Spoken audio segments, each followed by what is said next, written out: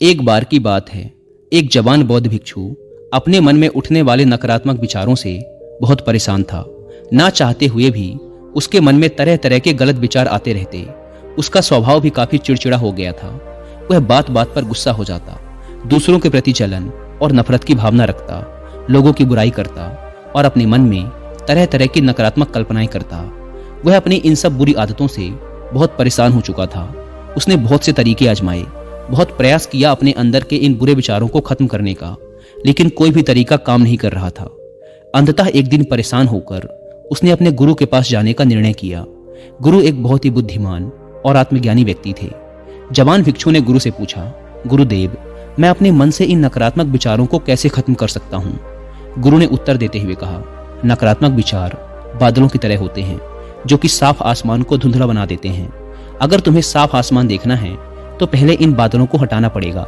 ठीक इसी प्रकार अगर तुम अपने दिमाग से नकारात्मक विचारों को खत्म करना चाहते हो तो सबसे पहले तुम्हें इन नकारात्मक विचारों के मूल कारणों को पहचानना और उन्हें नष्ट करना पड़ेगा। जवान भिक्षु को गुरु की यह बात ठीक से समझ नहीं आई तो उसने गुरु से इसे थोड़ा विस्तार से समझाने का आग्रह किया। तब गुरु ने शिष्य को एक कहानी सुनानी शुरू की। एक बार एक व्यक्ति जंगल से गुजर रहा था।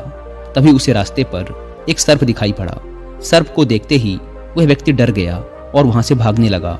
जैसे ही वह दौड़ा, उसका पैर एक पत्थर से टकरा गया और वह वहीं गिर पड़ा। उसने खुद को बुरी तरह घायल कर लिया था।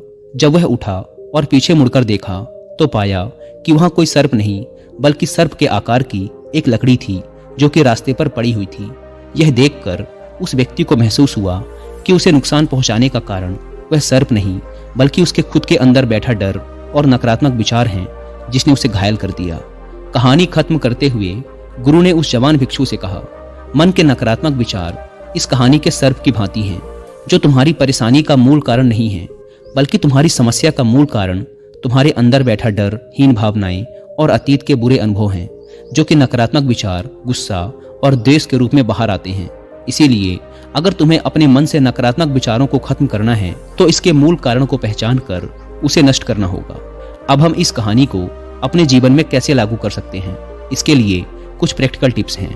पहला, माइंडफुलनेस यानी जागरूकता का अभ्यास करो। अपने विचारों और भावनाओं के प्रति जागरूक रहो। देखो कि आपके भीतर क्या चल रहा है, आप अपने आसपास की घटनाओं पर क्या प्रतिक्रिया देते हैं। साथ ही मन में उठने वाले हर नकारात्मक विचार के कारण का पता लगाने का प्रयास करो। दूसरा, अपने अतीत की बुरी यादों, बुरी घटनाओं और बुरे अनुभवों को स्वीकार करो और खुद को व दूसरों को माफ कर दो। तीसरा, आभारी रहो। अपने जीवन के सकारात्मक पक्ष पर अपना ध्यान केंद्रित करो और आपके पास जो कुछ भी है उसके लिए इस ब्रह्मांड का आभार व्यक्त करो। आभार व्यक्त करना हमारे नजरिए को सकारात्मक बनाता है और हमारे अंदर से नकारात्मक भावनाओं को खत्म करता है। चौथा, दयालु बनो, खुद के प्रति भी और दूसरों के प्रति भी, क्योंकि नकारात्मक विचार अक्सर अंदर ही अंदर खुद की बुराई और तुलना करने से पैदा होते हैं। अपने अंदर दया भावना रखकर हम ज्यादा सकारात्मक और संतुष्ट जीवन जी सकते हैं। संक्षिप्त में ये कहानी हमें सिखाती है कि नकारात्मक विचार हमारी परेशानी का मूल कारण नहीं है। असल समस्या तो हमारे भीतर गहराई में छुपी हुई है।